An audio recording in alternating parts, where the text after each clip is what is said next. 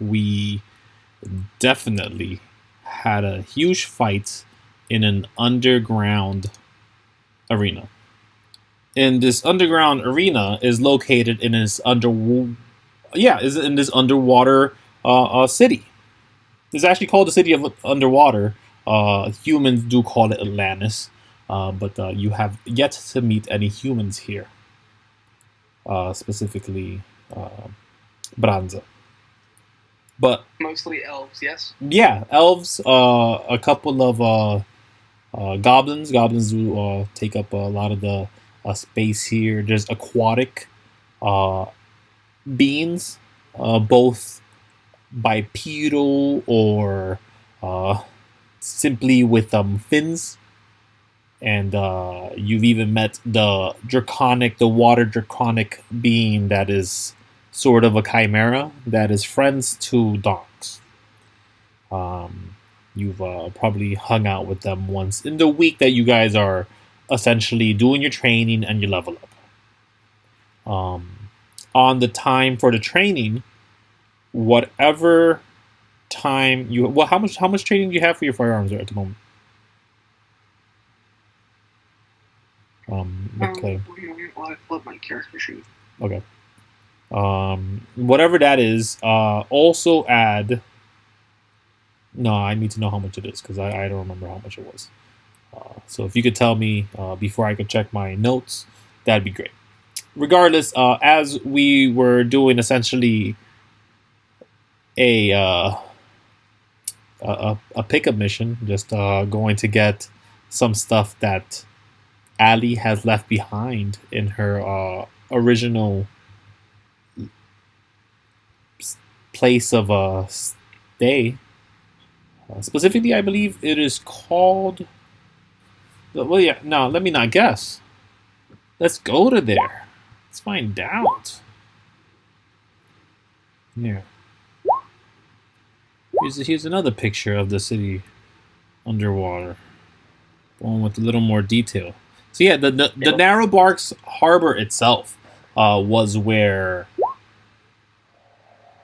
specifically, Allie has asked you to go to pick up some of her stuff, and as you guys approach the Narrowbarks Harbor, you and Donks, you guys were slightly ambushed. Ambush is a very loose term. You saw them coming to a degree, but the one invisible goblinoid, the one that was handed the pearl that came out of this entity's mouth, that being was definitely hard to spot. But once they made it clear, the other three individuals that they were there to see you, this invisible individual definitely made themselves known. Walked away with this pearl. And again, it's up to you guys to decide what you're going to do at that point. But specifically, I'm asking you, Branza, what you're going to do at this point. Because there is a goblinoid that has now given away your position to these, and I'll say, bullies. Because they look like they're here with intent to probably abscond with whatever you have. They don't look like fun fellas, if you know what I mean. Did you wish to take out this goblin as he's walking away, kind of just dashing away in his in a hurry? But you do have an opportunity to make him, maybe pick him off now, and then worry about the body once all this is resolved. I'll just give you the opportunity now. You guys could also obviously just go into the room and close the doors and give them a bit of trouble in that. What do you choose to do in this bit?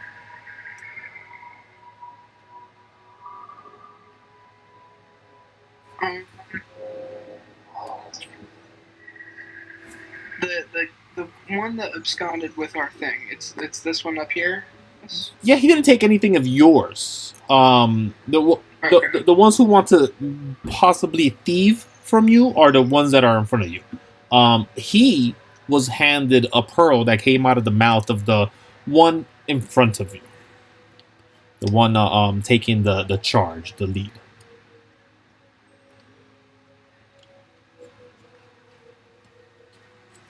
Can I see the pearl in his hand? Yeah, he's just holding it.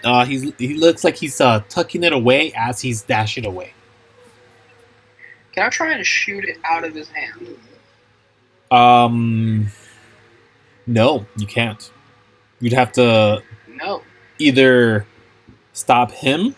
It's kind of no longer in your view as he is just turned around and is like going into him within his coat or cloak. This tiny Then individual. I'm gonna try and shoot him in his Achilles, kind of like in his heel. Yeah, maim him. Okay. Make an attack.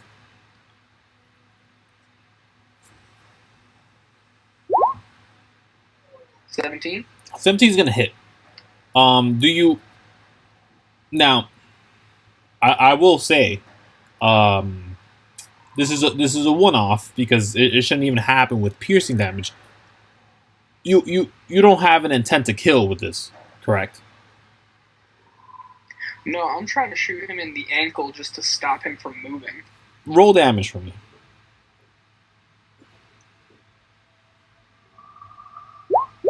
Okay. 7. Yeah. So I You will. want me to roll my dreadful strikes damage? Yes, please.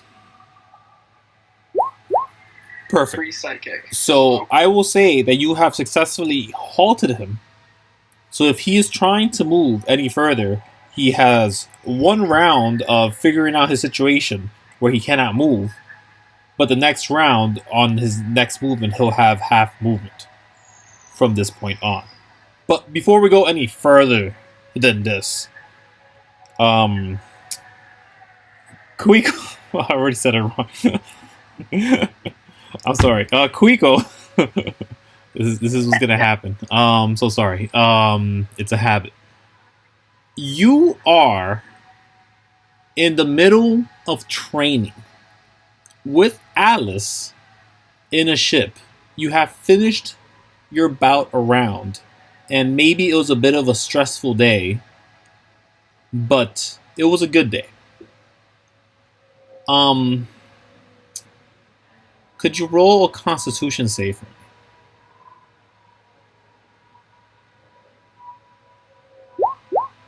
14.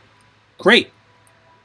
As Alice has asked you to finish up the closing procedures of a ship to turn it off proper in order to not have it waste any energies, to have it successfully recharge its power.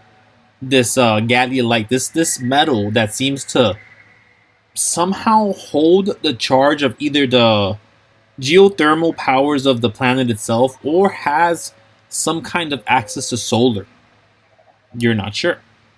But as you are getting used to this vessel, this machine, I think I know it's not called the Firebird, but I'm gonna call it the Firebird now. It becomes odd to you. It starts doing an alarm as if it's going to break or burst or blow up. What do you do? While I'm wiping the ship, You just turned it off completely, and you know it should be good. But you're getting a klaxon alarm, and it sounds like this ship is about to blow. It's giving you a thrum. Light seems to be shining from the very bottom of it, as if almost from you itself, from the base where your feet are touching, where your hands are laid on, where you are laid on. What do you do? is there anyone in the ship or near it? It's just you. Alice has already backing up. She hasn't even noticed this as she is walking away, actually. Then I'll run back and see what happens. You're in the ship. Are you gonna jump out of the ship? Is that what you're saying? Yes. You're jumping out of the ship. Okay, so as you pass this threshold, it sort of becomes a long hallway of light. And this light would be invasive if it wasn't for your quick action to cover your face and your understanding of where you are immediately as you land. This is Adosal Oaks Palace. You've been here before. And there's a light reaching down further on, but there's a very different entity waiting for you at the end there. Not Adosal Oak. This time you actually see Koatesh waiting for you.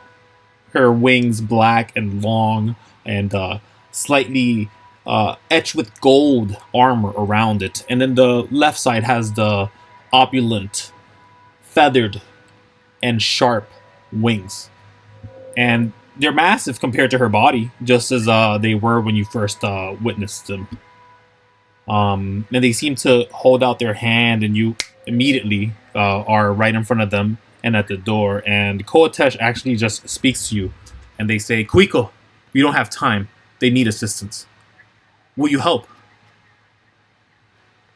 Who is Koatesh? Koatesh is the Time Dragon Keeper. What? The Time Dragon Keeper. I'll just nod and follow them. It's just one. It's just the one. Yeah, them. I don't know the pronouns. This they, from what you know. Yeah, so I'll nod and say that I'll help them.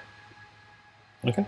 Or whoever it is. As soon as you do, they're already pulling you through the door, and you appear right where you see what you see here. As yeah, roll me a d8 for landing, please. A 2. That's not good. You land in the middle, right there.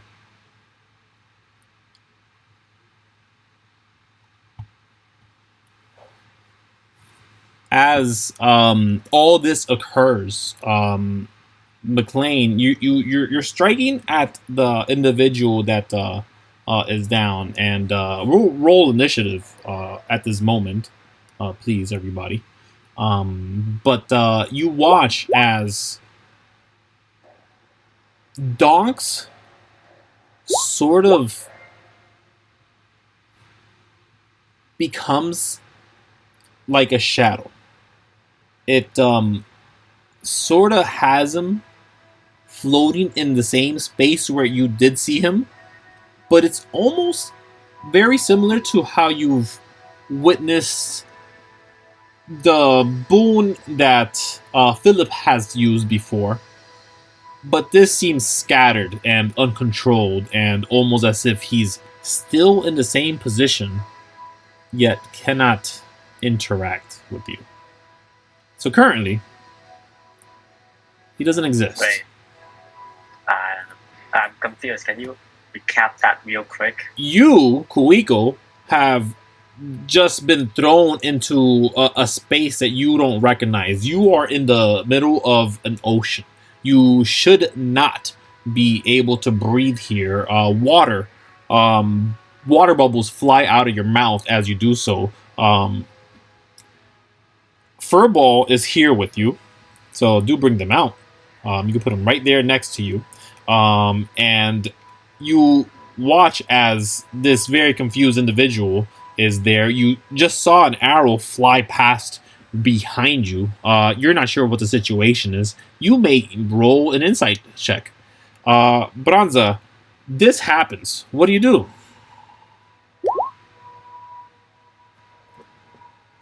You just struck the individual, and then Donk sort of disappears with this like darkness, and with that same exact darkness, these two other individuals just pop up in front of where Donks was just now, as he was trying to maybe defend. Who's Donks? Donks was the larger individual that disappeared. Yeah, who's Donks? He's Well, Kuiko wouldn't know, so I think it's fine. he's that shadow, but Can we'll get there in a minute. Can I make an insight check into the two newcomers? So you know, without an insight check at all, that in the planet Hort, or Ayala as many elves know it as, there are these entities called guardians. Guardians are very similar to dire wolves or wolves in their own right, but they have special abilities at times and are very rare. This is a spitting image of one of those guardians. And while I would say spitting image as in if you were to see hieroglyphics and then see a bird that looked close enough to those hieroglyphics, that's kind of akin to what I mean, but it's such an uncanny resemblance that it is not something to take lightly. With this being said, the lady that shows up with this guardian, this wolf with blue fur, this shiny blue fur across it, they seem to be heavily armored, and at the very least prepared for fight if need be. They do not seem to be against you. But I also wouldn't know that they're with me. It makes it clear very quickly as all this sort of happens, and prior to them speaking, I'm going to ask what Kuiko does, and I'll break down a little more so that you can understand your surroundings more, obviously, but this individual will speak momentarily. We're just going to run it on initiative at this point, but is there anything that you do, because you technically would have been in the middle of your action, Branza?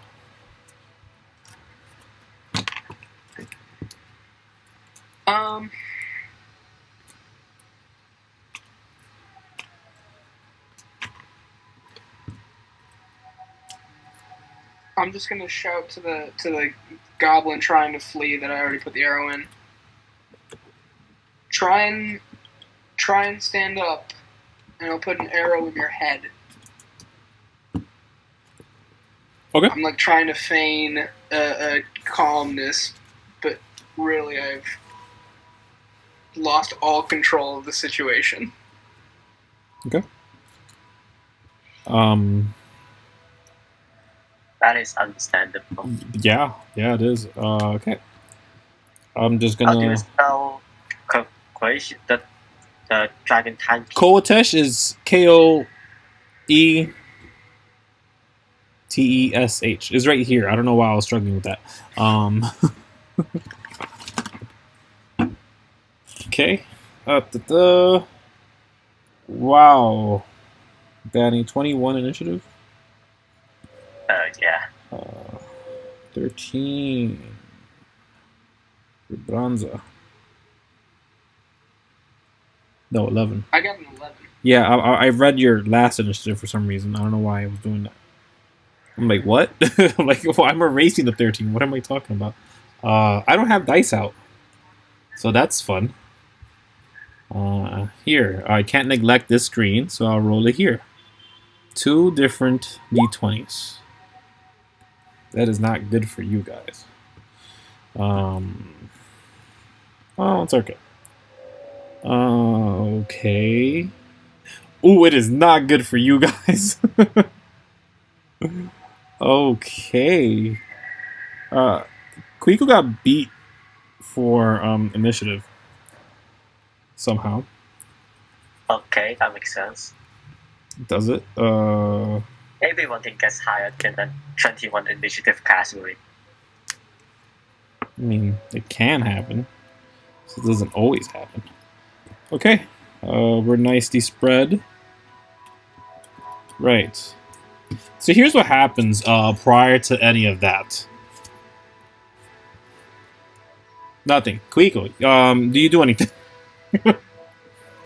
Sorry. I'm underwater, right? You are underwater, yet you can breathe.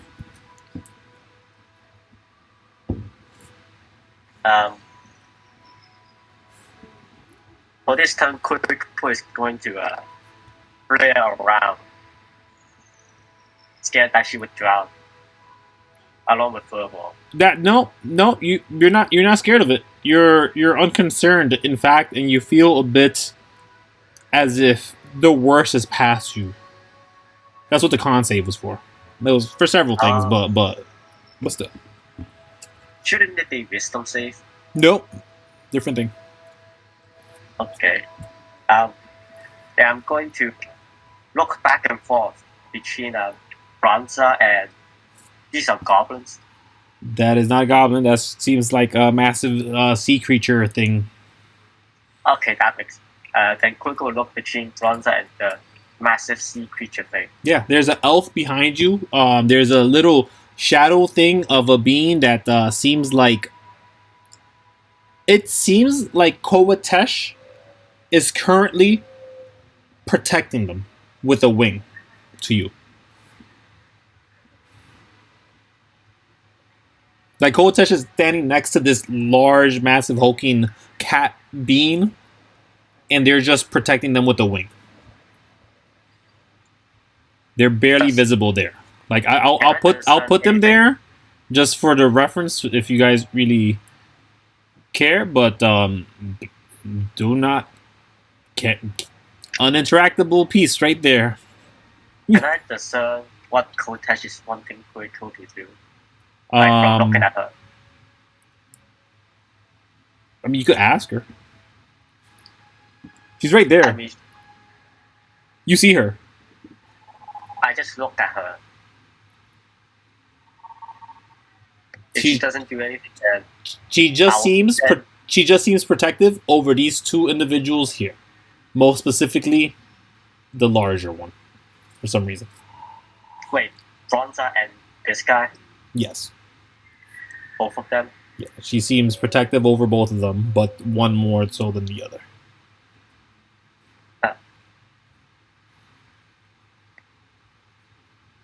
Okay.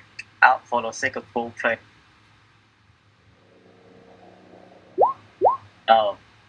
Kuiko looks at the sea creature, looks back at Kotesh, nods, and shoot the sea creatures. Yeah, they look like they're going for their weapons for sure. Yeah, makes sense.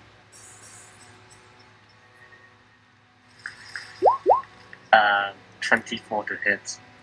24, I think, might just hit. Who were you trying to hit, though? The closest one. Great, the big one. The bigger, closer one. Yeah, that's definitely a hit. 13 damage. Okay. That's nice. You I'll attack again. do it. Oh, 19 to hit. I have a. You have what? Give me a second.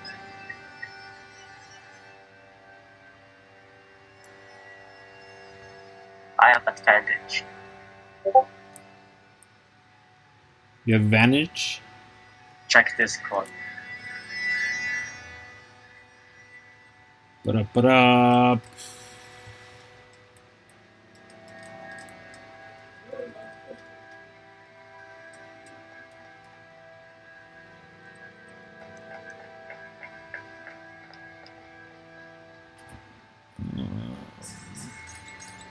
Yeah. 24. Yeah, hits. Same one, right? Yes. Okay, then. 12 damage. Yeah, I'll put their damage right now on there. I'll use the second screen so I don't neglect it. Up.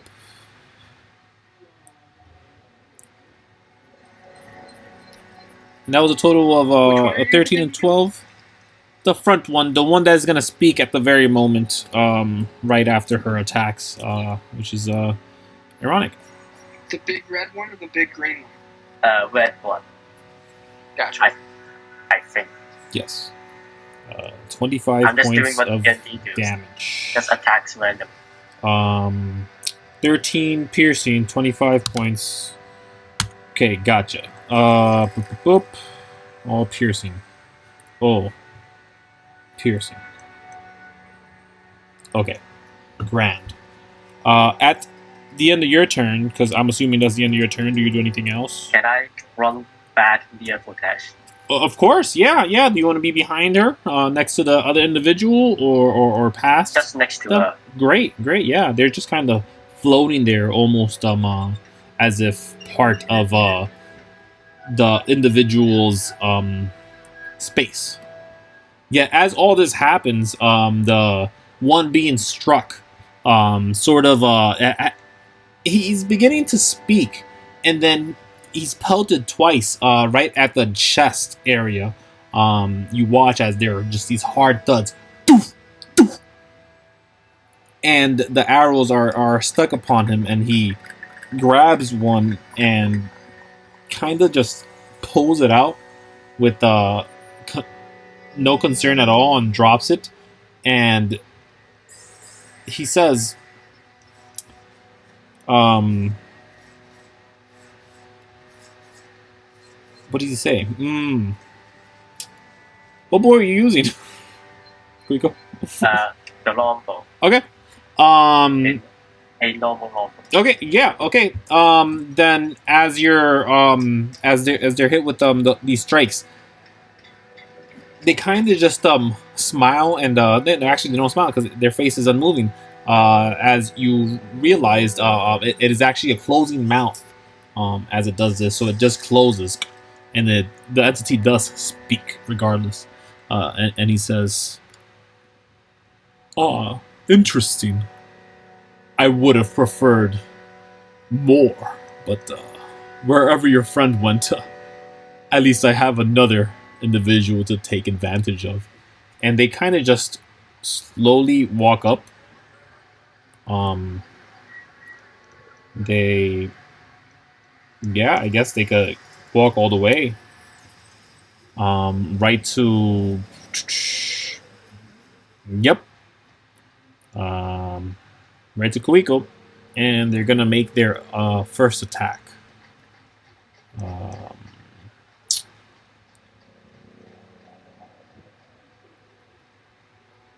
So actually, yeah, what he's gonna do, he's actually just gonna look back once to see what has happened to the goblin, and at realizing the goblin has been struck, prior to actually taking this hammer made of coral and striking down to, and you're not sure if it was going to be to either yourself, Kuiko, or Furbo itself, he kind of pauses, and he instead just looks to you, and at disadvantage chooses to attack you now that he's already reached you, and instead, and also Branza using ranged weaponry. So prior to actually attacking either one of you, Kuiko, this is at a disadvantage because they are now next to you. So 18, does that hit? Wait. Oh, it hit me. I don't know. Does it hit? It hits me a furball. No, this is just to you. Oh yeah, it hits. They get two of these, but the other one he's gonna try to hit is Branza, and that's at no disadvantage. This hits. He's trying to hit me. 18 hits. No. 18 hits Kuiko. Yeah, you sure? Yes. Don't you have like good armor? Yes, I have 18 AC. Oh, 18 hits? Okay, sorry. Great then.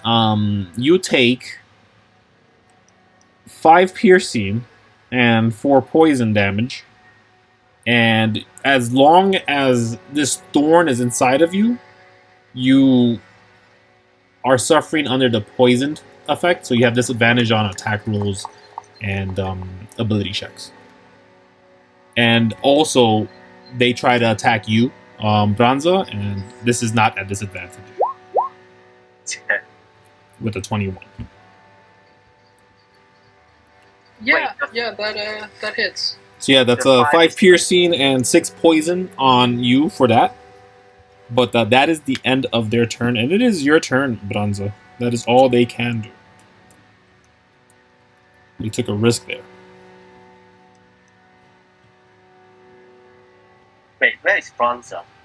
Branza is right here. Wait, what is that range? What is my range? Oh, what is the range on that attack? The sea creature just reach you like 30 feet away. Yeah. No, he's right here. Well, yeah, he's saying I'm 30 feet away from him, and he hit me with pink thorn. Yeah, like 20 feet away. Within 30, he could do it. That makes sense. I'll put in combat Okay. music because we are in it now.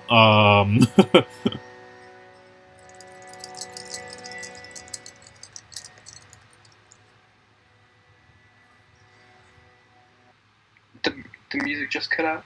Yeah, it's bugged out for some reason. I clicked it 3 times already, so I don't know what happened. So here you I go. forgot Hunter's Mark. There. Cool. I forgot Hunter's Mark. That's great. Oops. The goblin guy I shot before. Does he look like he's moving, or did he heed my warning? No, he can't I'm gonna put one in move. his head. He can't move in this turn, and he hasn't had it yet. Okay, great. Then I'm gonna divert my attention to the person who just shot a pink ass thorn into me. Okay, you do have disadvantage on attack rolls and ability checks, as long as you have this thorn on you. Can I try and pull it out? Yeah, sure. You may use a bonus action to remove it.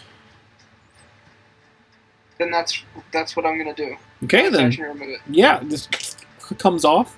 It's not that hard at all. No check required. Great, cool. 2 longbow attacks. Great. Go for it. Yo, Who are you attacking? holy crap. The guy who just hit me and Great. 27 on the first attack. That's a hit. By the way, the disadvantage wouldn't have mattered. I got a 25 for the disadvantage. Yeah. Do you have a magical weapon? My arrows are kind of magical. Wait, what kind of arrow? Because this is the quiver. You have one magical arrow there. The rest are technically mundane in function. Okay. So no. I have other magical weapons, but this longbow is not magical. Okay. So roll damage. Cool. Is it only going to take half damage? Or Most likely, yes. And also, Kuiko's, if you used your longbow and not what you actually have, I suggest you use what you actually have. Alright. 10 piercing, 3 psychic. Okay. So, first of all, you definitely use that longbow, regular longbow, right, Kuiko? I used that one, yeah. Gotcha. So I'm adjusting that. 1 second. And then What do you mean rounds adjusting that? up though, so that's this. Grand. And then your attack is 10 piercing, 10 is not magical. So that is a 5. But 3 is. And then 3 psychic. 3 is technically magical. So that is full damage points on those psychic damage. And you said you wanted to strike again? Yep. Yeah, go for it. 16. 16 hits. Oh, great. Yeah, this is a big guy.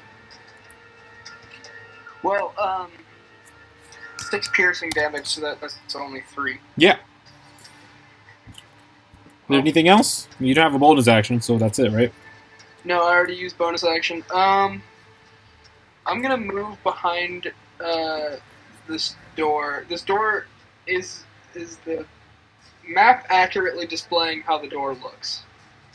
Generally, yeah. Anybody could just go through it just fine. That's what I'm saying. Become a rogue. Okay. Are you asking if trying it's to, like- open?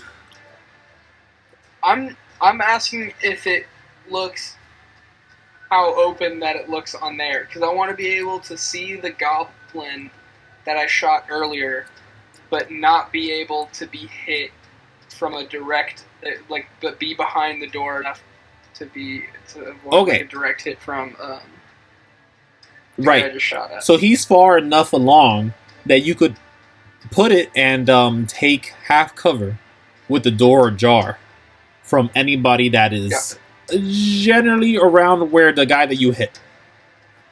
Further than that, they Okay. can see you clearly. Wait, you're gonna leave Okay. Kuiko out there? What I'm saying is the guy back here can see you clearly. Yeah, so okay. Kuiko has lost 25% of her HP though. 25%? Yeah. Uh-oh. Already? Alright, no well, problem. that's my turn. Alright. Great. At the end of your turn, it is... Yeah, is their turn. It's everybody else's turn. So first things first. This guy goes around over here. But I did not have. I didn't even pull out my dice. How's this then? I don't know what that was. Okay. Make a perception check for me, Kuiko, please. 21. I'm rolling well today. Yeah, grand. So you actually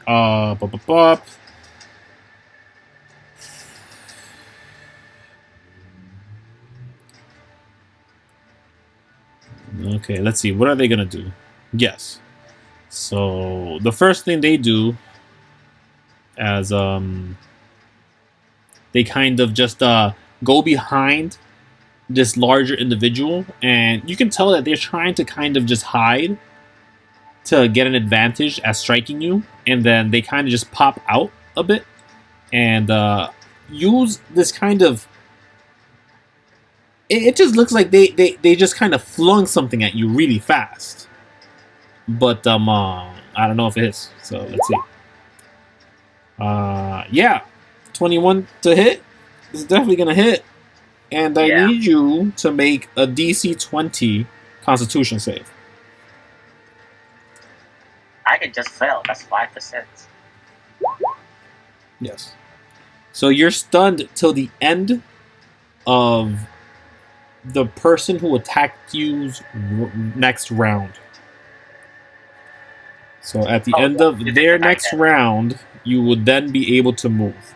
Unfortunately, it will be your turn next, so you're gonna miss out on that. Then football attack. Fortunately for my guy, he was just yelled at by the guy who jumped out.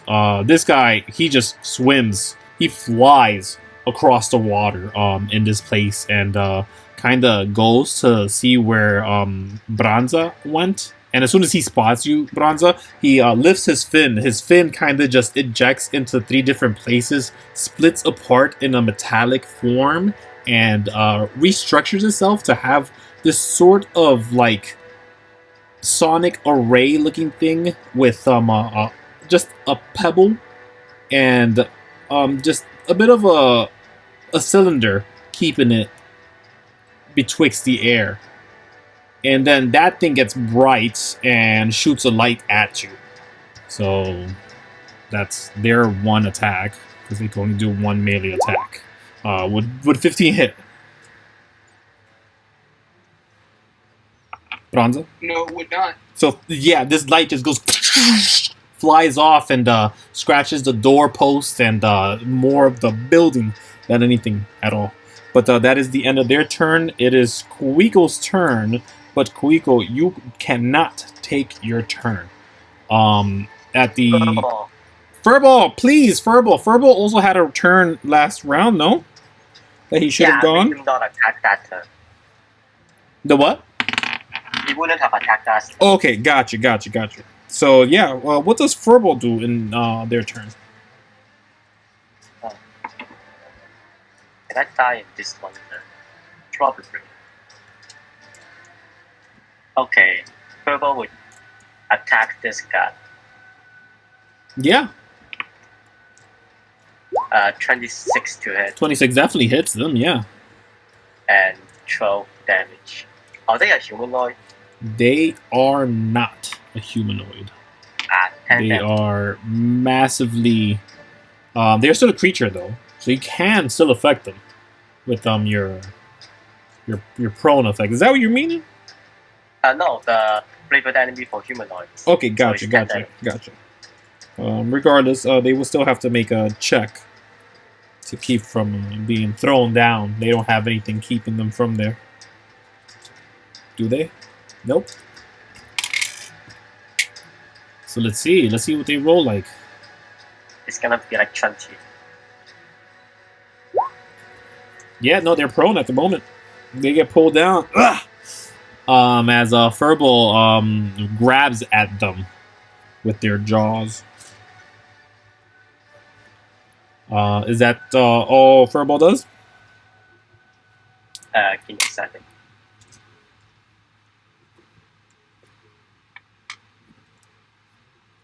Yes. Okay. At the end of their turn is this. I want to say they kind of look as if a tropical fish combined with massive fins that would fit just fine on, I don't know, one of those deep sea creatures. But they have this massive crown-like head that seems to be part of their body, not at all a costume or headdress. It seems to be a whole entity, this near octopus or crustacean-like entity. But as they're being pulled apart, you do see that mask imagery break, and as it does squeal, it does split open as they are essentially beaks, a beak. But as it is their turn, they kind of just get right back up, and yeah, they'll at disadvantage just strike Furball with their last Thorn. Doesn't hit. So it just flies off, and it seems that he's upset about that. But he can't do anything more than that. And that's the end of their turn. Branza, what do you do as you're kind of hearing a lot of struggle out there? I'm gonna put my bow away. I think I was seeing it wasn't doing any damage, or doing any real damage. And I'm gonna pull out Kenny the hammer. All right, Kenny. What? Who's Kenny? That's the name of Kenny his is hammer. my warhammer. Ah, Kenny is my magic warhammer. that makes sense. Yep.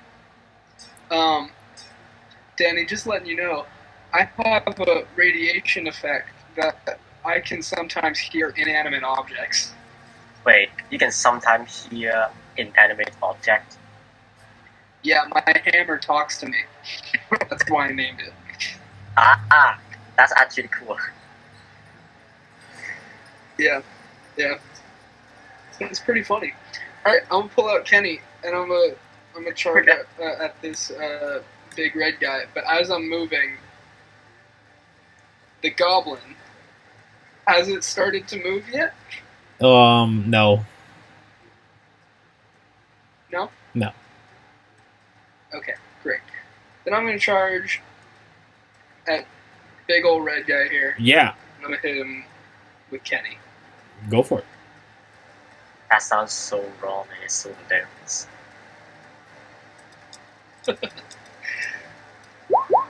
Oh my god, 26. Kenny is OP. 26. Yeah, that's gonna hit. And this is magic damage. This is a magical weapon, yes. Yeah. 11 bludgeoning. Yep. 3 psychic. Very nice. So as he's hit, he's actually prone. No, because he got up. So yeah, he's good. All right. Do you make another attack? Yeah. Yeah. I'm making another attack. Go for it. I want to hear if Kenny says anything to me while I'm hitting him. No, but you take 1 HP damage when you make that strike, and then another here. Gotcha. Well, 24 for the second. Yeah, that's gonna hit. And another 10 bludgeoning. Boom, on there. He's taking proper damage as he's being cracked across his hard shell exterior, and you're making cracks on him.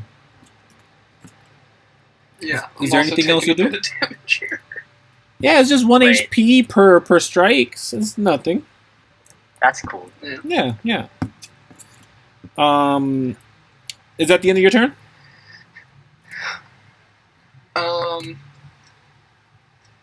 Yeah. I don't have any bonus actions, so yeah, that's the end of the turn. Alrighty. It is their turn. Unfortunately, Kuiko gets their turn immediately after theirs. So I swear to God, that's fine. Again. But you can't do that again, so that's perfectly fine. Instead, this individual is just gonna go up and flank you, and at advantage to Branza with a 26, and you're grappled currently as you are in this shark's mouth. I didn't think it was gonna actually grab you. So I'll say that he wasn't sure if he was gonna actually grab you. No, he had advantage. You know what? Now I'll say that he wasn't sure. So he hasn't had a good meal in a while in this form, so he wasn't prepared to make his other attack, which would have been a melee. But they'll end their turn. The other one though comes around, sees that you're stuck in a situation, and will take a strike at you at advantage. And unfortunately for you, if he hits, that's gonna do extra damage. Does a 16 hit?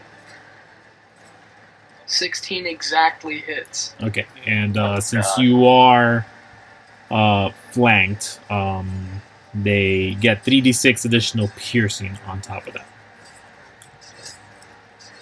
Well, this isn't good.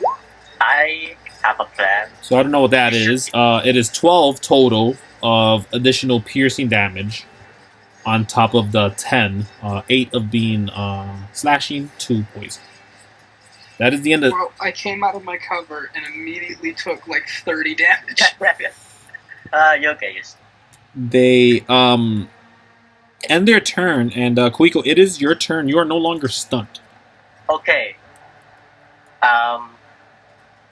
If I go now, I will get an opportunity attack, right? Yes. One individual can at this moment. Yes. Do any of them have range attacks? Yeah. They've been hitting you with ranged. Outside of, I don't know, 45 feet. You're not sure. Do they have a bow? The laser that flew out of this shark's robotic hand had a pretty bright and long ray. Just a nice long beam that missed completely, but it did have some range. Okay. Should we retreat? McClean, should we retreat? We can retreat, I think. I definitely need to retreat.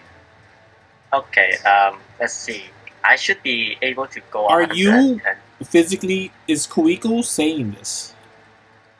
Only we should retreat, or like should we retreat and ask that to retreat? The moment you say that, you hear no, and you guys are back to full health. What the hell? Koatesh. Okay, 3 HP. I'm fine with it. Great. I mean, even then, I had 18 hit points. you had 18.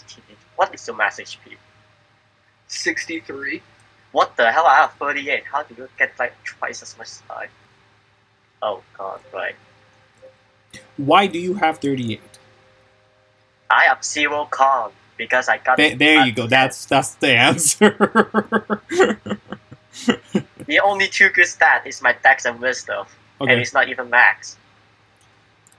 Okay. Okay. So we are back at full health after you. Oh, I have a brilliant idea. Uh-huh.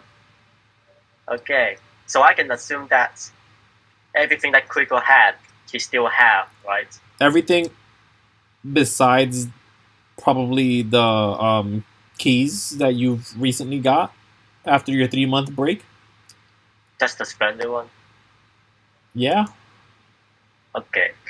And even then, is that you don't even have it in your Do you person. have You put it back in the ship. I'm McClean, sorry. Do you have sharpshooter? I'm assuming that's a feat. No. Can you shoot outside of 120 feet without disadvantage? Yeah. How far yeah. can you shoot without disadvantage?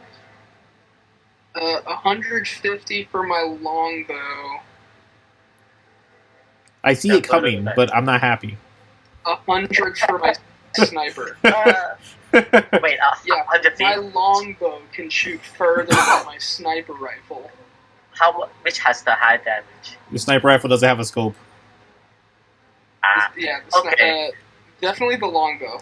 At this moment, the longbow. Okay. Because McClean, I have... No. What's up? it's gonna sound very proud on me, but first of all, teleport McClean 150 feet away from here.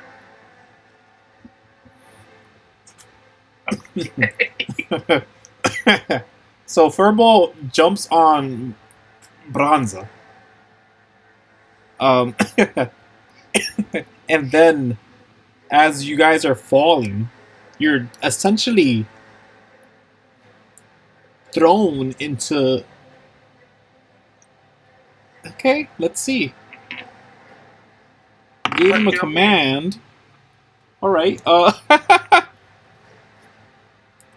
he essentially teleports you, Branza, to just about, I want to say, above this battle. So technically, they cannot see you. You didn't give him a direction, per se. No, I should have got 100 feet away from this horizontally. No. He did 100 feet upwards to where, like, this spire is, like, because this is essentially the highest point that is accessible to the public in the spire. I have a question. Yeah. The guy who was biting me. Verbal. As dimensional. Yeah. You want to know why? The guy who was biting me Yes. and grappling me. Yes. Is he coming with? Nope. It's a teleport and people can't carry you. No. Alright. It's essentially loosing you through a magical teleportation. You can go through as much as the bite and grapple wishes, it will not go through. Okay. So you're essentially free of the bite. In this. You're above this battle, and the only reason I'm choosing above Kuiko, and I rolled for them. They don't know where the two were teleported to, but with this, Furball actually intends to return to the battle. You have no idea what I was gonna do. Oh my god. But you could tell me right now if you would have said no to that, because they could intuit. They could intuit that you would have preferred not that to not do that. Yes, definitely. Okay. So yeah, they teleported and then they stay in place above, very far away. Wait, are they not falling? They're not throwing themselves unless you would have wished that upon them. Okay, that's fine. That's good. If they fall, they won't take fall damage. They're still underwater. Okay, then on my turn. It's still your turn, yeah. Let's see.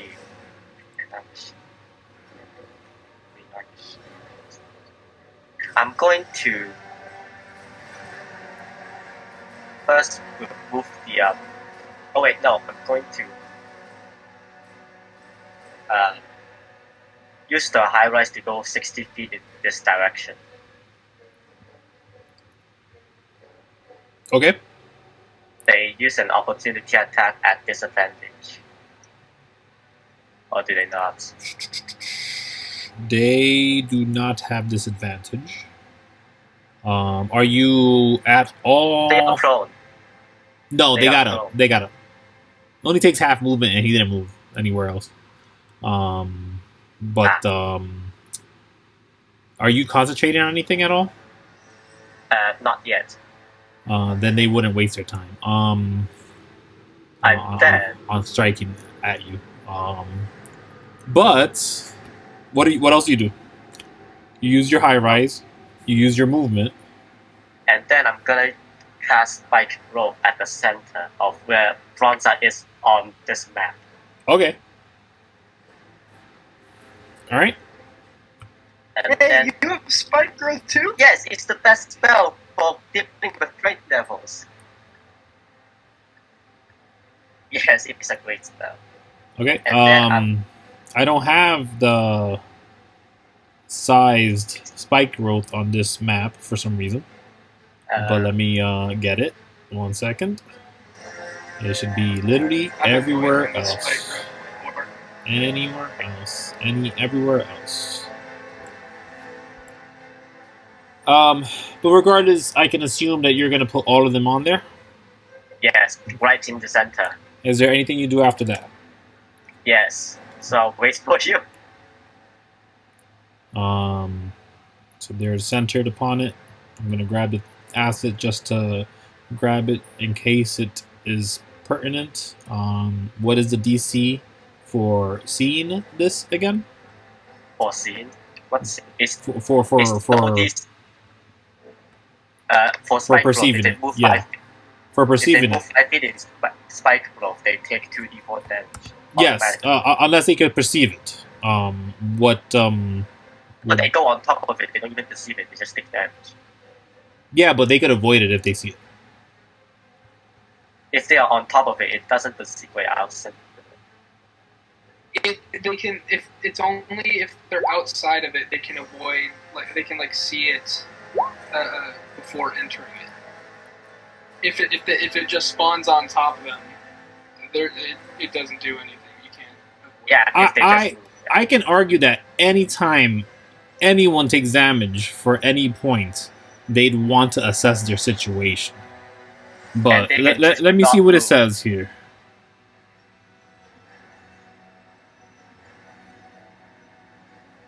Yeah, it says when a creature moves into or within the area, it takes damage. The transformation, any creature that can't see the area at the time the spell is cast must make... Oh, wait, so they're seeing you cast it. Yeah, they know that it's there, they just can't move. It's a prison. Yeah. I mean, until they literally swim up 5 feet. Just letting you know. Oh, right. Oh, it's underwater. No. Yeah. They're still going to take 2d4 piercing, because they have to move the 5 feet minimum. But I guess we don't need this, because they're going to avoid it in 2 seconds. Okay. So, that's the end of your turn. And then, I'm going to... oh, you're not done? Okay. What else do you do? You still have... Was that a bonus action? I still have one bonus action. You still have a thorn in your body. Yes, that's why I'm thinking if I should pick it up now, since it's not doing any damage and Mhm. legal mix. It's kind of heavy. That's fair. I'll just remove the Thorn. Ouch. Get out of there, clone.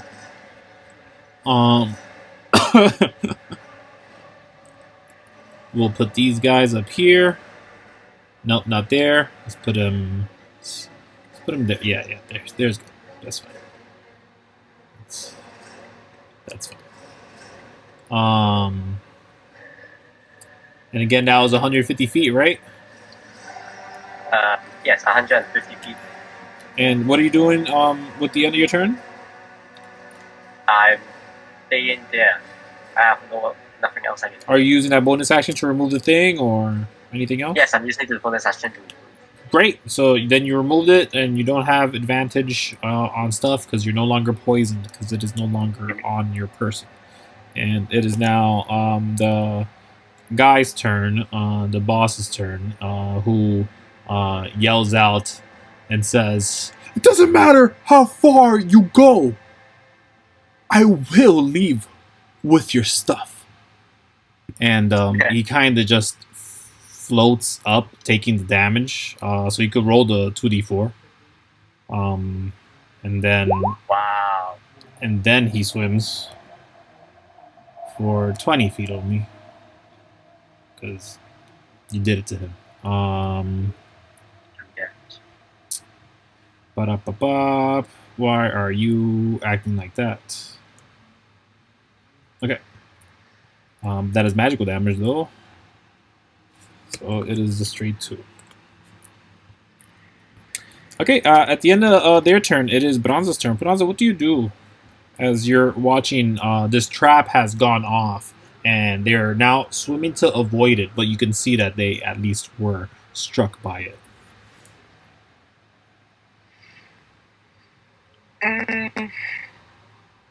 You can fall down, I don't mind.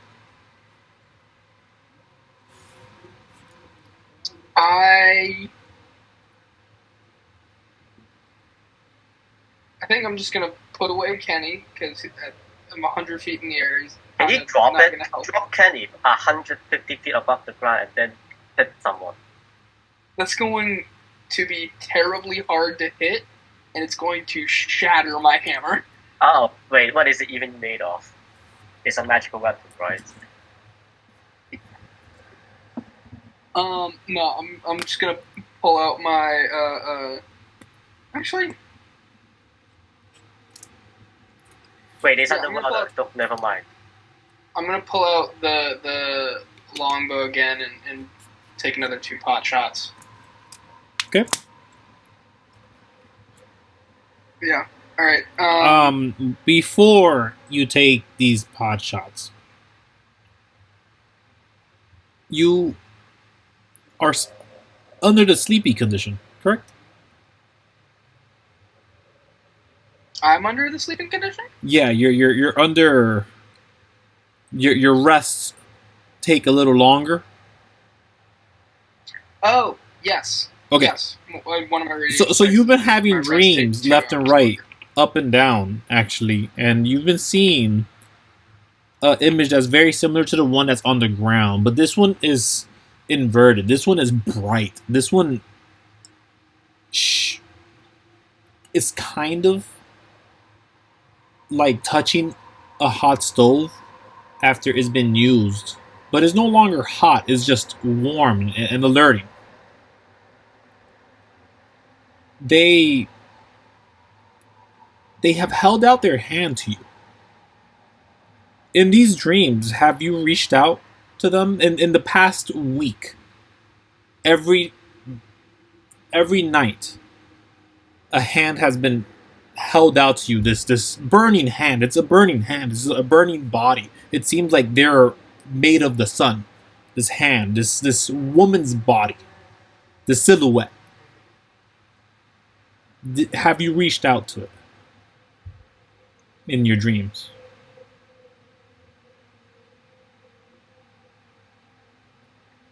Yes. Okay.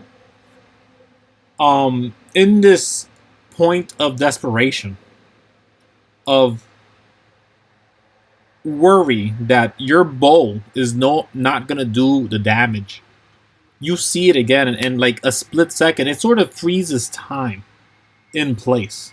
And you see this image, and this image is as close to you as Furbo is, who seems to be on guard and in slow motion. And this figure reaches you, and they speak. They say,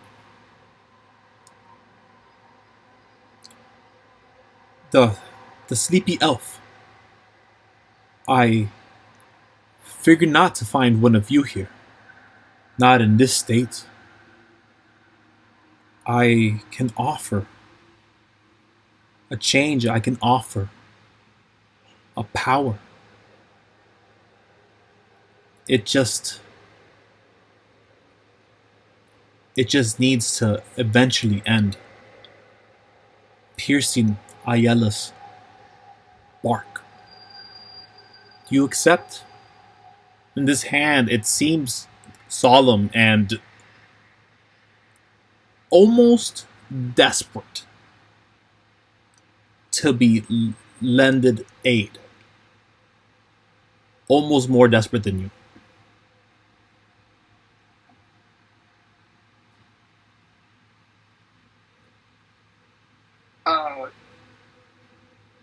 Yes, my lady. At what cost is this power? Only I am the cost. This you know. And do you grab that hand? Yes. As you go to grab that hand, she kind of holds your hand to be the inside of your palm up.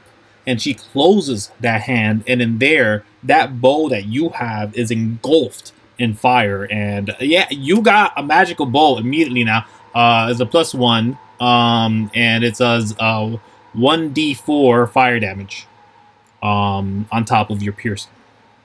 That sounds fun. For your longbow. I have not written it up. I was going to write it up prior to all this, but it didn't happen.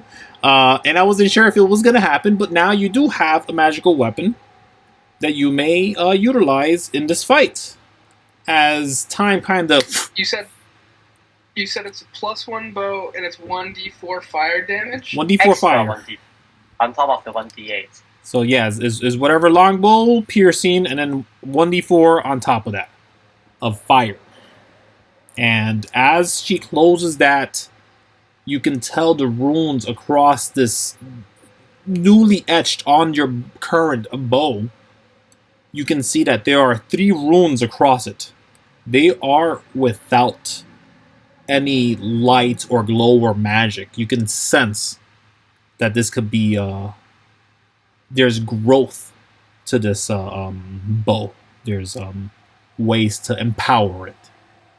This is the most emotion we saw from her. But yeah, you may make your strikes. We'll just add a d4 on there unless you threw up the item real quick. You may name it what you name it, or you will have a dream about this name later. How do you spell Ayala? Ayala is Aieella. Yeah. Aieella. Okay, wait. Only one person, because I did not hear that. Aieella.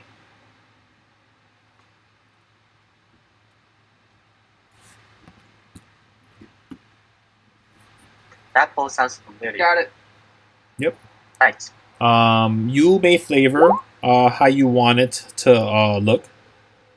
It is your current bow. It would have been altered. I will say that it looks like a piece of crap torched bow when you are not using it. It looks unappealing when you're not currently like using and fires flying out of it kind of deal. But again, you could retcon that yourself and be like, nah, I want it to look pretty. But originally it would look as so unless you changed your stuff. Okay, I named it something and then I renamed it.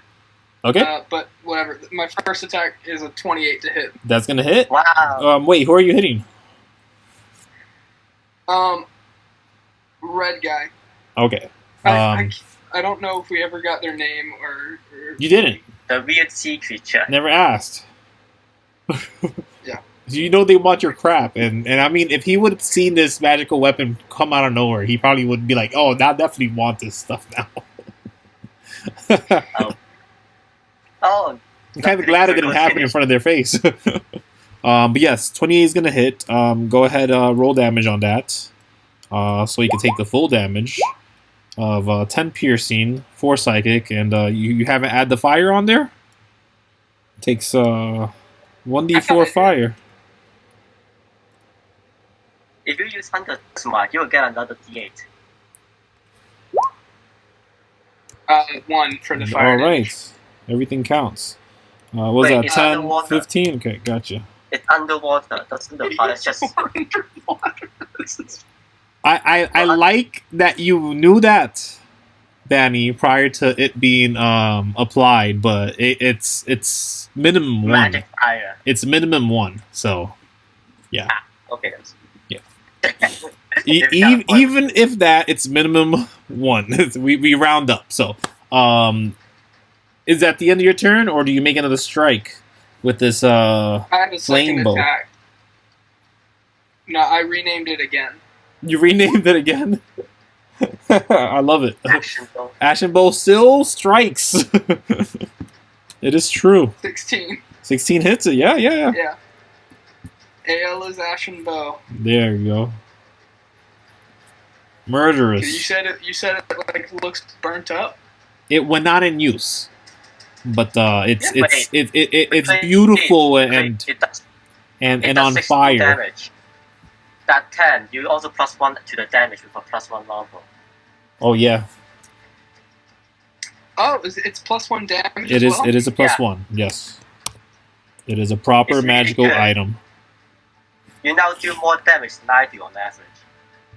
You have a bleed effect. I don't want to hear anything, Danny. Yeah. Pull I'm out your the math. magical bowls. This is the time. 4.5 plus 5 plus 1 plus 2.5 plus 2.5, and then at Hunter's Mark 2.5. Roll the damage for me, McClean. For that hit. That was another hit, right? Sure. Will you That's do 16. 16 hit? Yeah, the 60 definitely hits, yes. On the same guy? Yeah. Yeah. I have an even better idea now.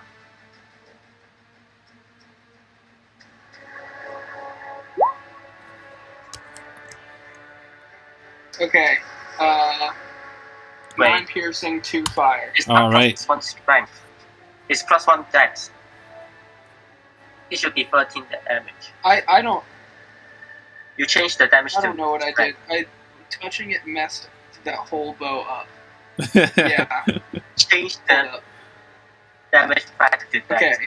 My strength modifier is 1, my dex modifier is 5. So add 4 to that piercing damage. Plus 4. So it should be Sheesh. Hurts a lot 13 more. piercing damage. It should be Okay. 13 piercing damage, 2 fire damage. Alright, Jesus. yeah. Touching that thing on my character sheet just messed up all of the stats for the bow. Oh god.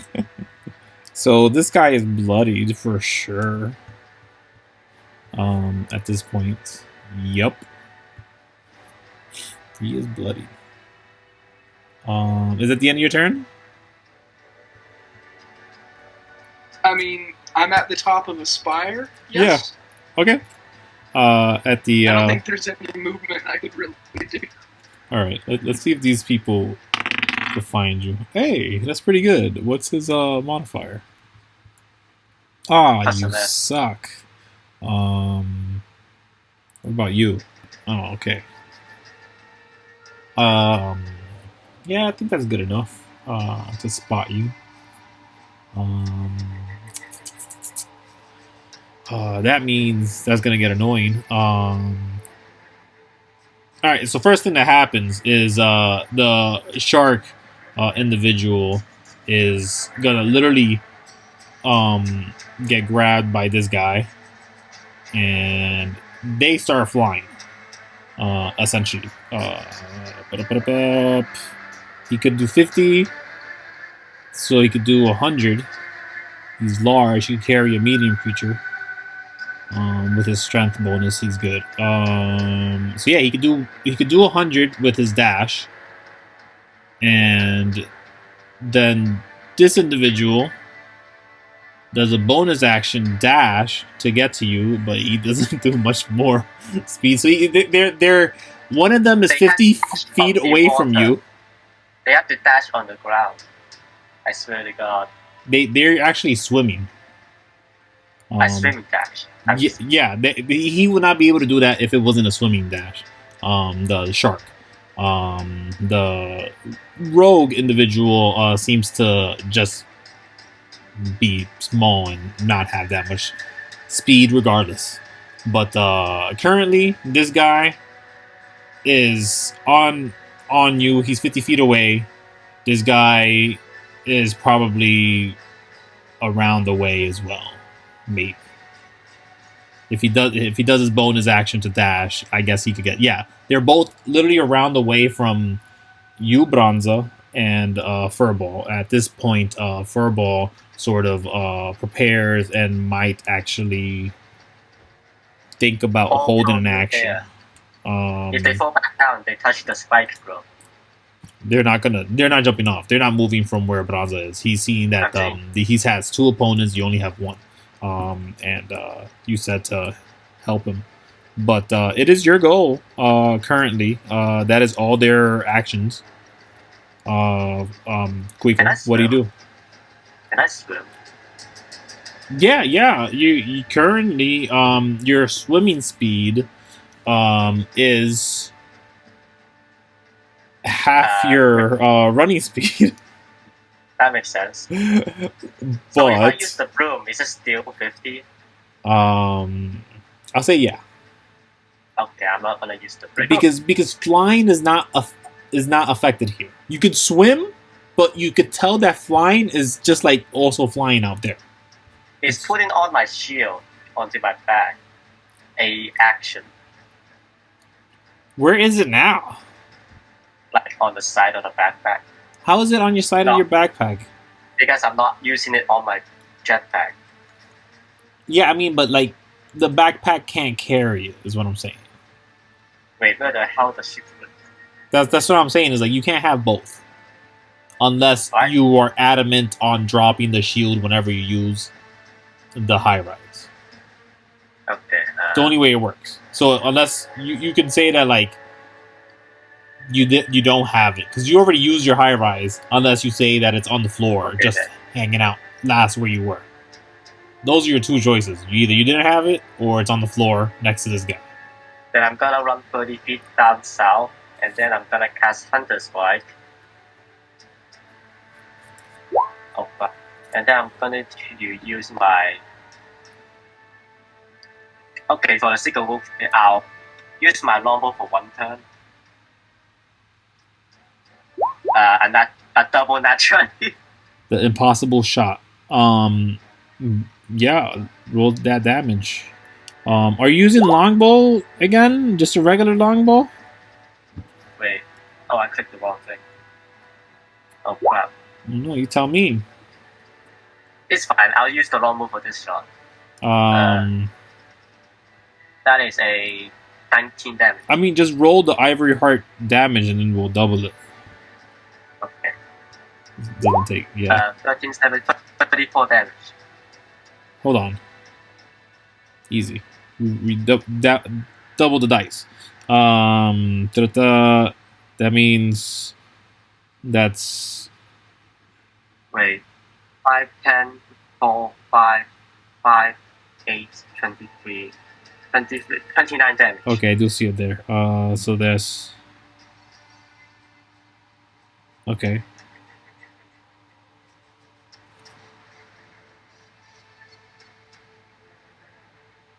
Hold on. So I'm doubling the dice here. That's 5, 5, that's 10, right? Then we have 15. And then we have 6 on top of that. 21. 21 and then 8, 29. Where'd the 8 come from? The bleeding. The bleeding is a dice as well. Bleeding is a dice, yes. I forgot about that. And then 8. So what was that total? 29. Okay, great. I'll put that on there. Boom. Thank you. This guy is being ripped apart. Do you do anything else? How close is he to die? He's already been bloodied. Like, you can tell he's not having a good time here. Struggling. Okay, then Kuiko will shout, why are you doing this? Yeah. Does he say anything? I mean, he might respond on his turn. Okay, then I'll shoot it a second time. Okay, go for it. 25 to hit. Yeah, go ahead. 17 damage. Alright, boom. Okay. And, is there anything else? No, that's my turn. Sure, how would you like to take him out? I didn't expect I would take him out. Shot him straight through the chest. And, as they're ripped through, like, their armor, their carapace seems to be that of, like, shellfish. And they sort of just hold on to this hammer, and they seem desperate and are probably looking around at this point, concerned, maybe unaware that you guys were going to deliver this much of a punch in such a quick fashion without prior doing so. And as he kind of just grips on to the arrow that is through him, he's trying to, like, grip at them, like tearing them, the pieces of wood, just the multiple pieces, as if he's trying to remove the arrows to keep himself from dying. And he's just kind of just there, the talons, this beak that keeps it just kind of rips itself apart from itself. And as they're speaking, they're like, no, as they drop, trying to get something out, but they can't, as they're essentially bled to death.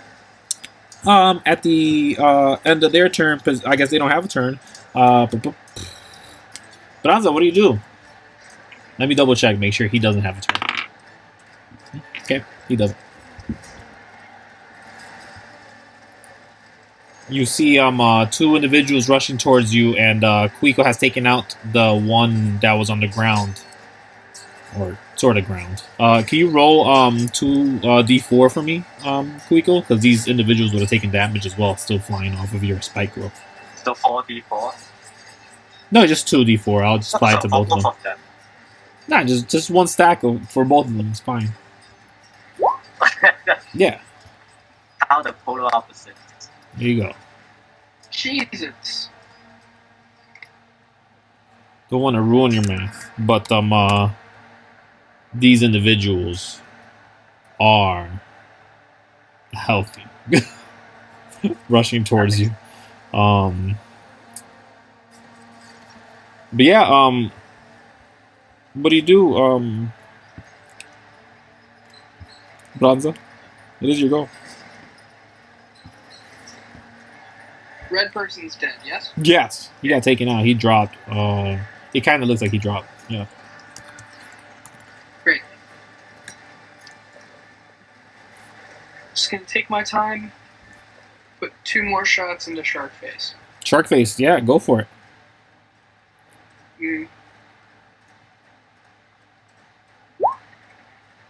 23. Oh yeah. Nice. Oh yeah, 23 is gonna hit.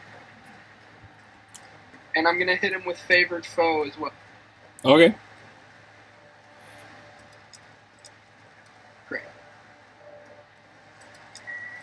What's favored about him?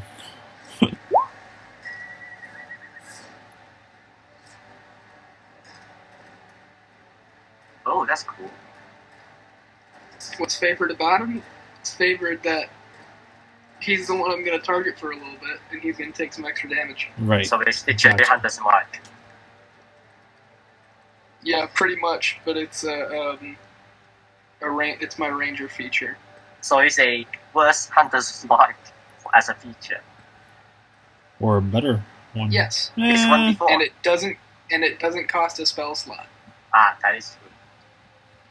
Yeah. That's why I'm like, it's both good and bad. Yet, I can use it. I can use it based on my proficiency bonus instead of using a spell slot. So, oh, very nice.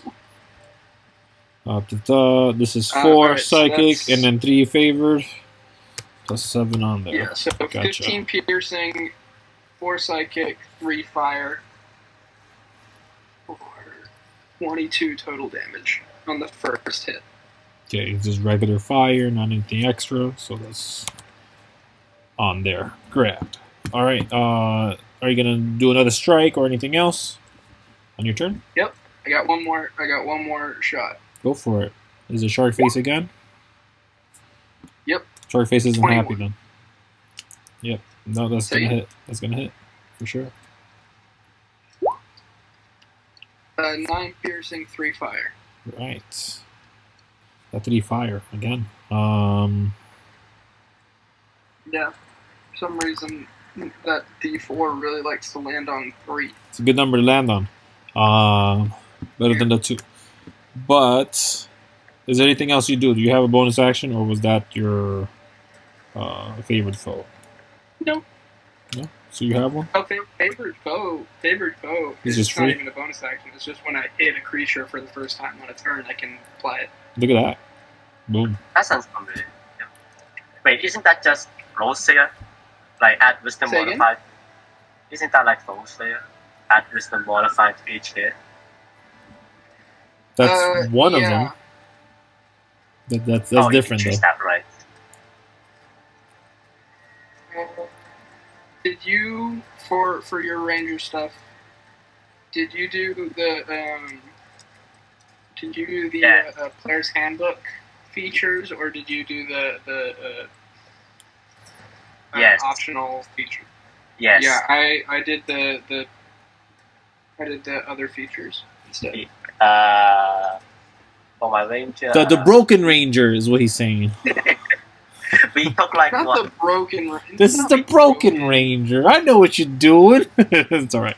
It's not broken. It's pretty broken. I think something is more broken than anything else. There's a reason Player's Handbook Rangers is one of the worst. It is bad. It is so classes. bad.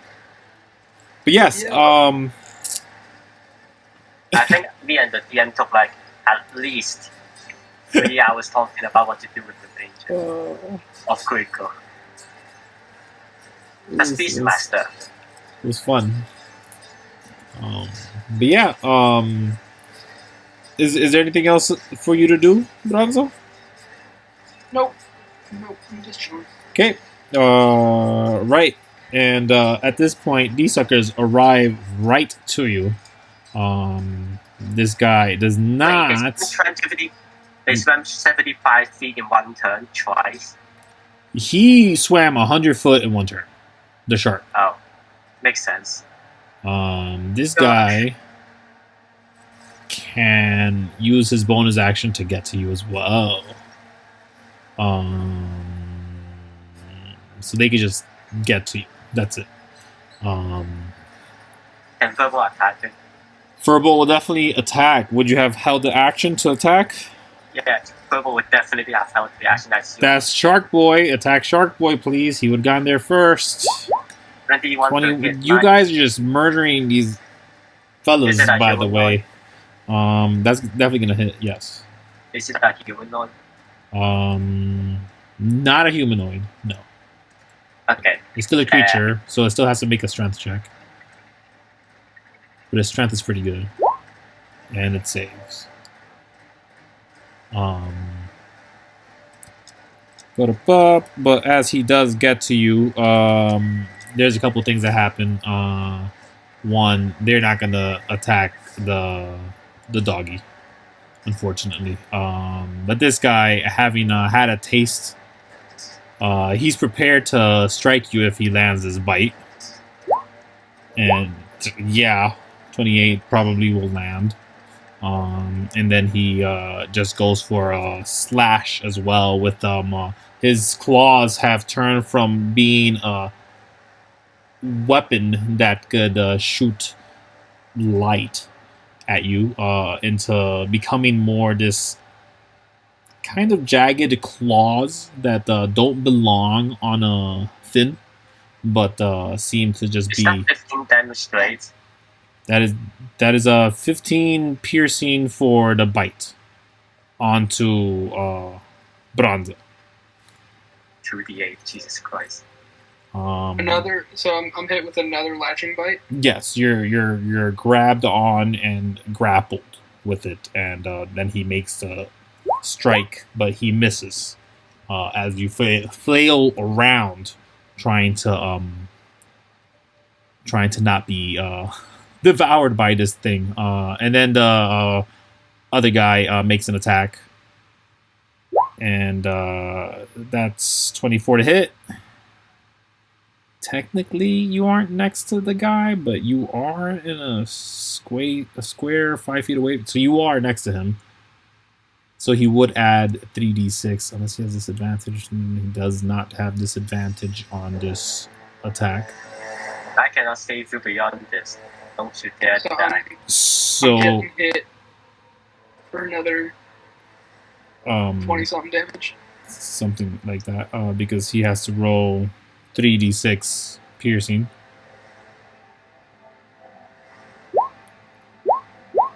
So 7 low damage. But yeah, that's a lot of damage. That's average damage. No, but that's So all of that. 19 damage. Yeah, that's we have 15 piercing up there, 8 slashing. You have the 9 slashing from the impossible strike from the rogue, and then 3 That's poison 70, from that 32. It's 39 damage. blade, and then 7 more because of the It's sneak 39 attack. damage. It kills Kuiko in one shot. That is the end of their turn. I'm at 29 health. Okay. Kuiko, it is your go. I mean, I can shoot them. Go I'm ahead. going to Yeah, shoot them.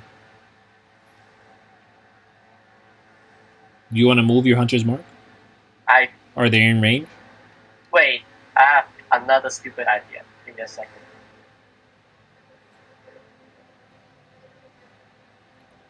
Give me a second. Don't count me out. I haven't used any of my spells yet. I'm using all my spells for the 60s. What is the... Oh, it's 120 feet range. No, I have to go twice. Let's see, there are 170 feet, 150 feet above the ground.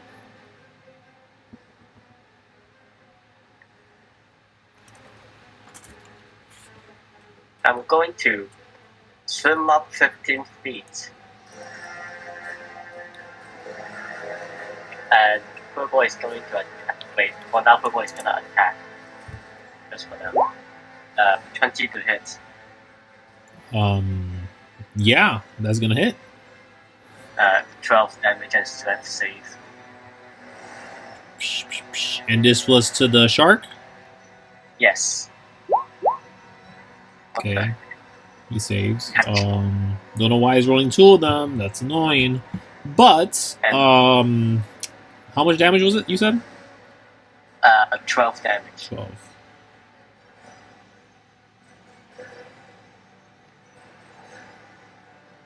Okay. Okay, I'll move the Hunter's Mark to them, to the shark. They're within range for it? Yes, Okay. Wait, good question. Oh yeah, it's not... You mark a new creature on 90 feet. Oh, I can't. So they're just out of it, yeah. So I don't have Hunter's Mark, okay. About 100 something away. But what else do you do? I shoot them. Shoot him. 23. That's gonna hit. 10 damage. Okay. 15 to hit. 15 misses. Okay. And that's my turn. Okay. Oh wait, I still have a bonus action. What's the bonus action?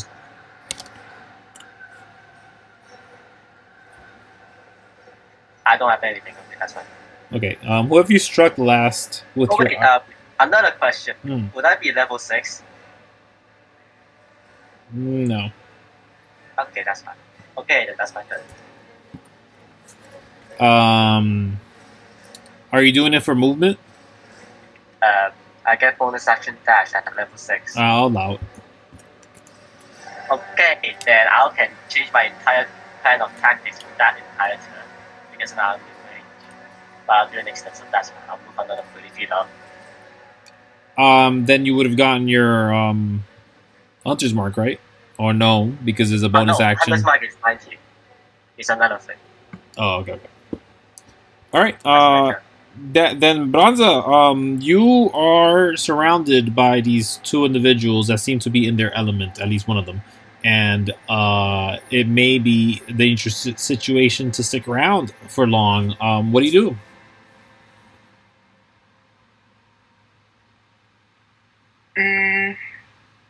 So I'm in a bite, yes? You are currently grappled.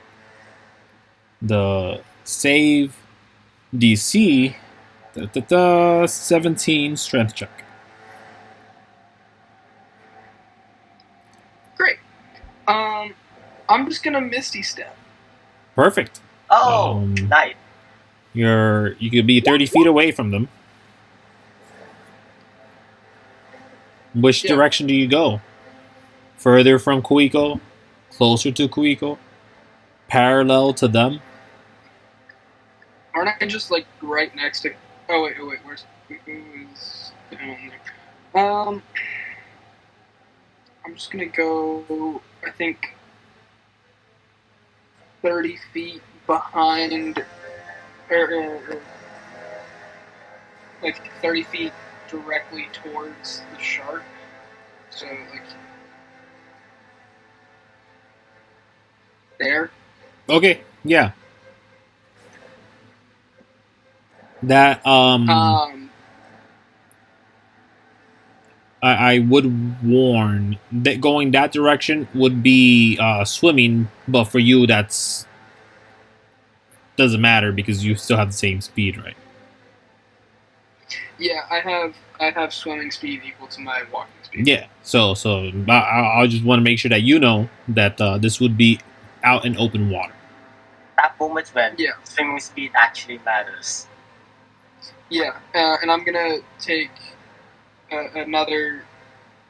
I think I have 40 feet of movement.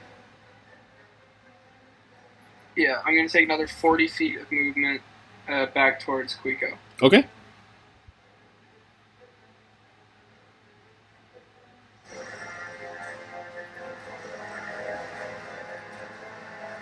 And then I'm gonna do 2 more arrow shots into the shark. All right, go for it.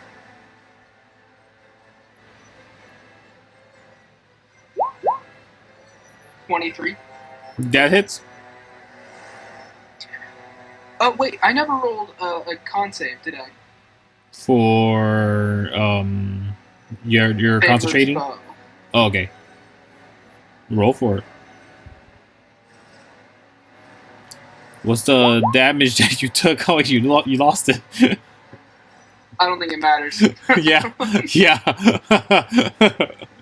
Oh, so I don't think it matters. There's no bother in doing calculation for 5. Yeah. So you don't have a favorite foe anymore. But I think you could reuse it.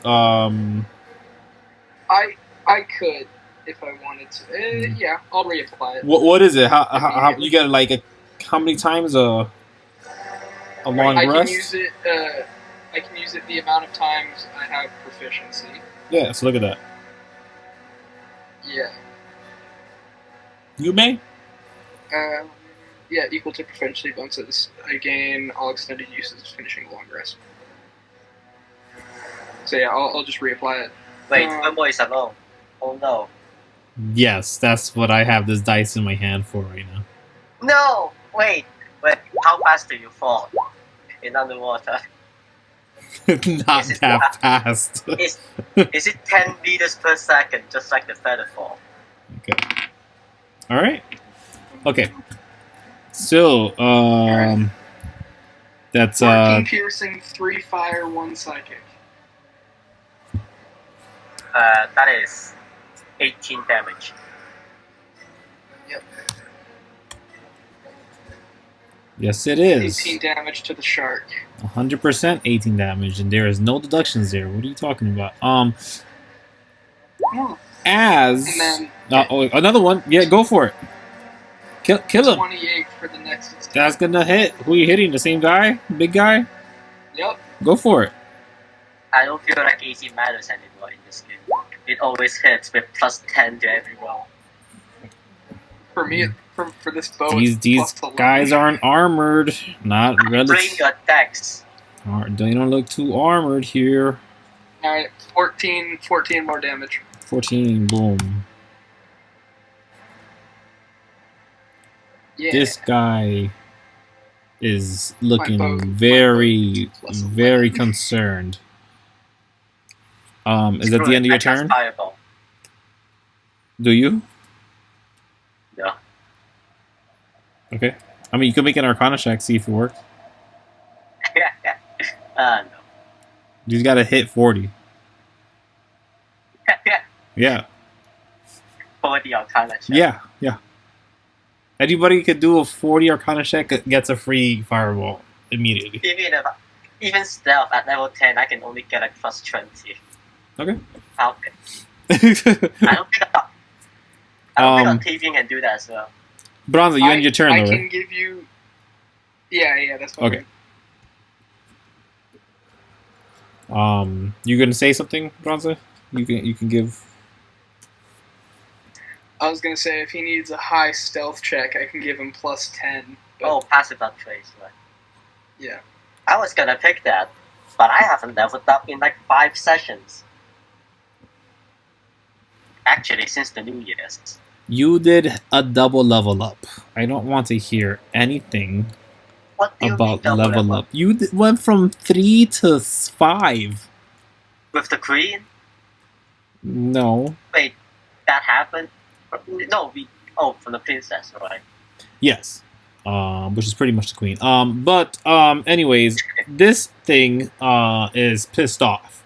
He's not happy about anything, and he's gonna make a check.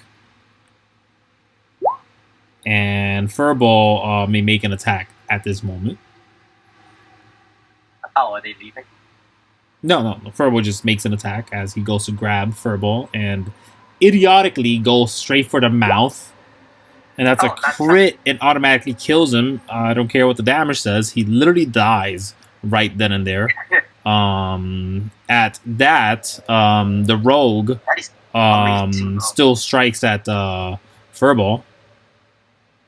So Come on. He has the same AC as Branza. Okay, never mind. 10 damage. and then does 10 damage on Furball with a 26 to hit. That is the end of their turn. You can see that they're just attacking Furball now. Kuiko, what do you do?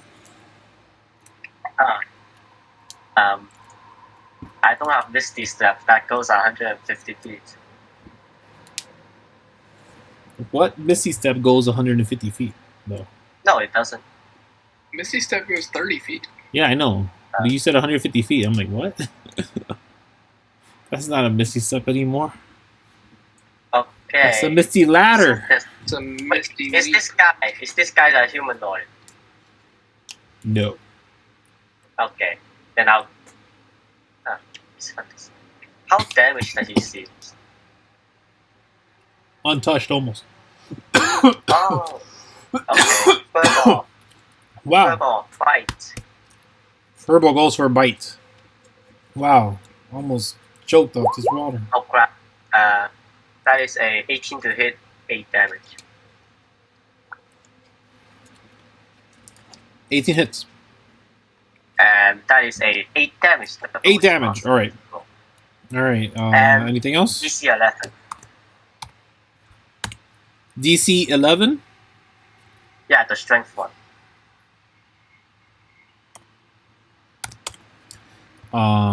Great. Let's do it.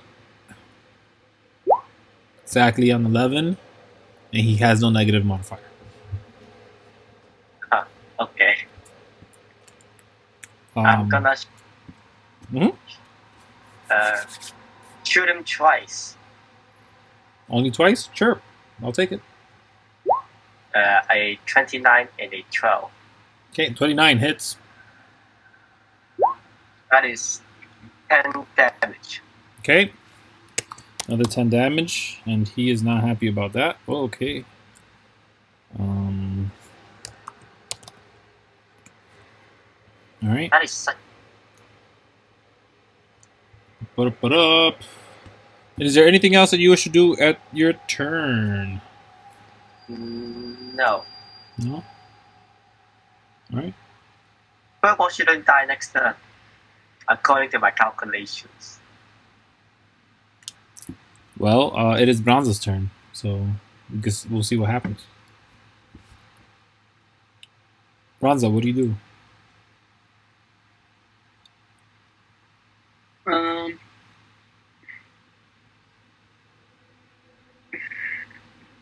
What do they look like? Do they look like a squid? Yeah, kind of. They look like a smaller version of the guy that had the whole thing going. They have laser eyes. Alright. I'm just gonna yell, what the fuck do I want to yell?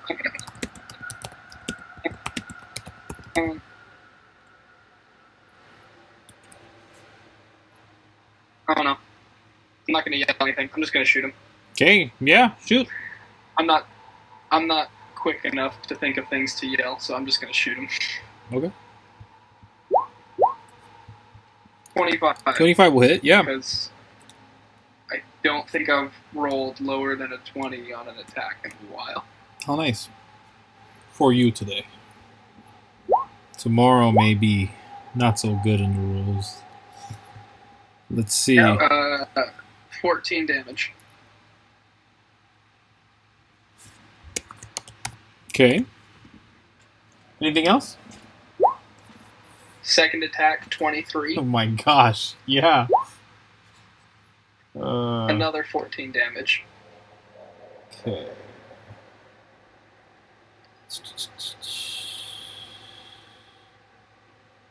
Oh wait, I was wrong. The first one was only 13. The first one was only 13. So 13 and 14, not 14. Not bad. 27. Nice. Alright. Yeah. Wait, 27 in 2 shots? Yes. Okay. Okay, this one is not happy about his situation, but seeing his friends had gone down, he sees that he's in a bit he's in a bit in a situation. I'm sorry. Bleed damage. Okay, give me a second though before that, because this is his go. Okay, put that on there. Boom. As your arrow is still having damaged him, even past the point. But it seems that they're concerned of their situation even more so with that bleed damage, and seem to want to take it out on Furball to piss you guys off or something. You can't tell what the proper reasoning is, and they take the little dagger again and just kind of keep swiping at Furball. As they do so, let me see. How could they do this? How could they do it to better work for them? They can't. So yeah, as they're kind of just standing there on the panel that Furball kind of chose, Kuiko, you can tell that it wouldn't take them much to literally be out of your range, out of sight for you to even strike anymore. But they're adamant on trying to strike back, and they go for it. Doesn't hit. That's gonna hit. Great. That's only. No, that doesn't hit. That doesn't hit. Okay, then that he just misses. And then he does a bonus action to disengage, and then runs. And then he's out of your sight, Kuiko. Currently, only. Okay. Kuiko's your go. Okay. Is he inside the thing? He is at the top of the spire. He's kind of running around it. Furbo can reach him for some time till he swims away, and Furbo is not a swimmer. Okay. Can Furbo reach him? Furbo can reach him at this moment, yes. Furbo run and attack him. Okay, Furbo runs, reaches him. Make your attack. 18 to hit, 12 damage, DC 11. 18 just hits, yes. 12 damage. 12 damage, okay. And the DC 11. Alright. See what that looks like. And again, saving from it. How much was that damage? So 12? 12. Yeah. Ooh, they're not happy. Is that the end of your turn? That's Furbo's turn. I'm going to use the high rise and use my bonus action to dash up 120 feet, which is exactly where they are on the vertical level. Okay, this will be your last charge. Yes. Mm-hmm. I'm underwater. I don't take 4 damage, and then I'm going to shoot twice using my ivory hardware again. Yeah, go for it. I'm going to shoot once. This is your last pair of shots that you can hit. That's a hit. Around this corner, if he's not dead, he's gone. 14 damage. Oh no.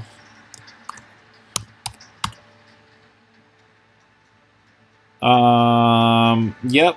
He has to. He has to deduct that damage 100%. Is he dead? So instead of that, no, he actually chooses to avoid some of that damage, being a rogue that he is. Okay. So I'm he's going to use just my stun arrow barely for my next living. shot. I'm sorry? Oh wait, they're barely living. They're I'm gonna barely use my living. They're lightning hanging on by a thread. You you can make another shot.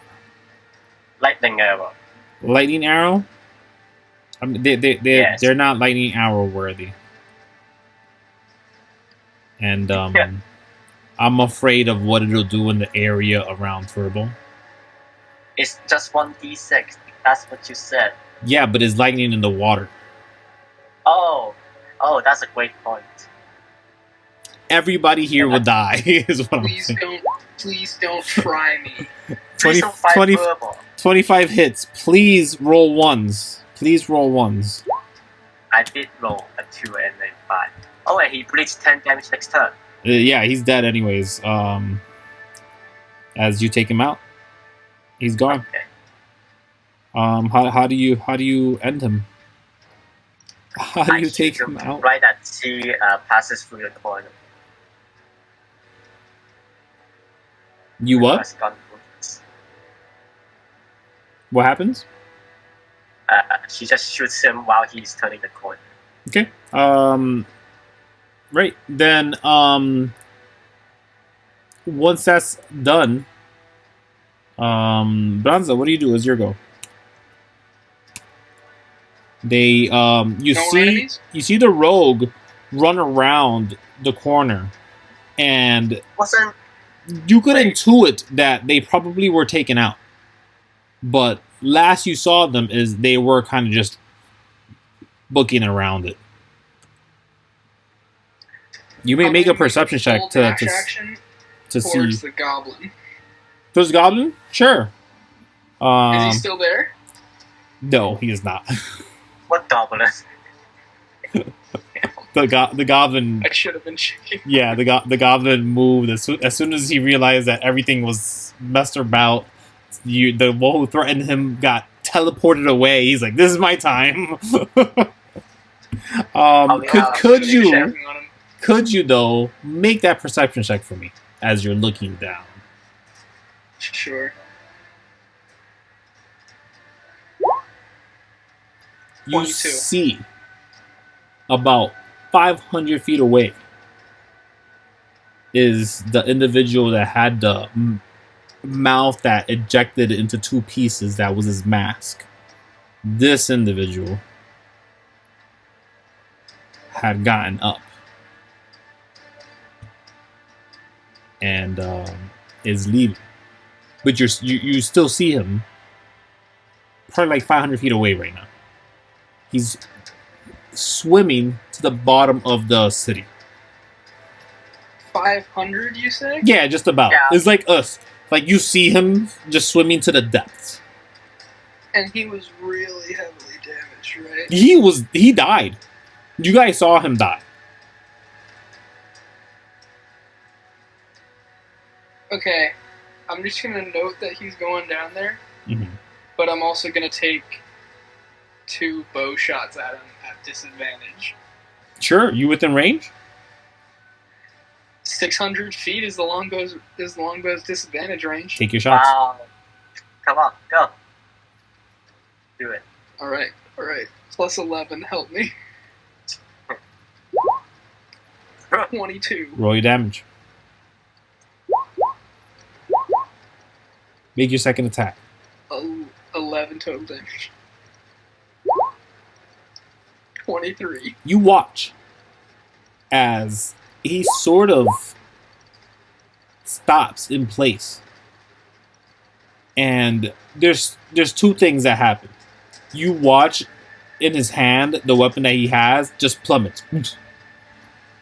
His body sort of lingers in place, but is also falling in the same axis, same angle. Yeah, you took him out. I realize how ruthless Kuiko is nowadays. Yeah, you guys are monsters. Why can't you spare someone with range attacks? That's so stupid. We're out of combat. And Kuiko falls down. I'm gonna stop the recording, and it's gonna take like 5 minutes for it to do anything.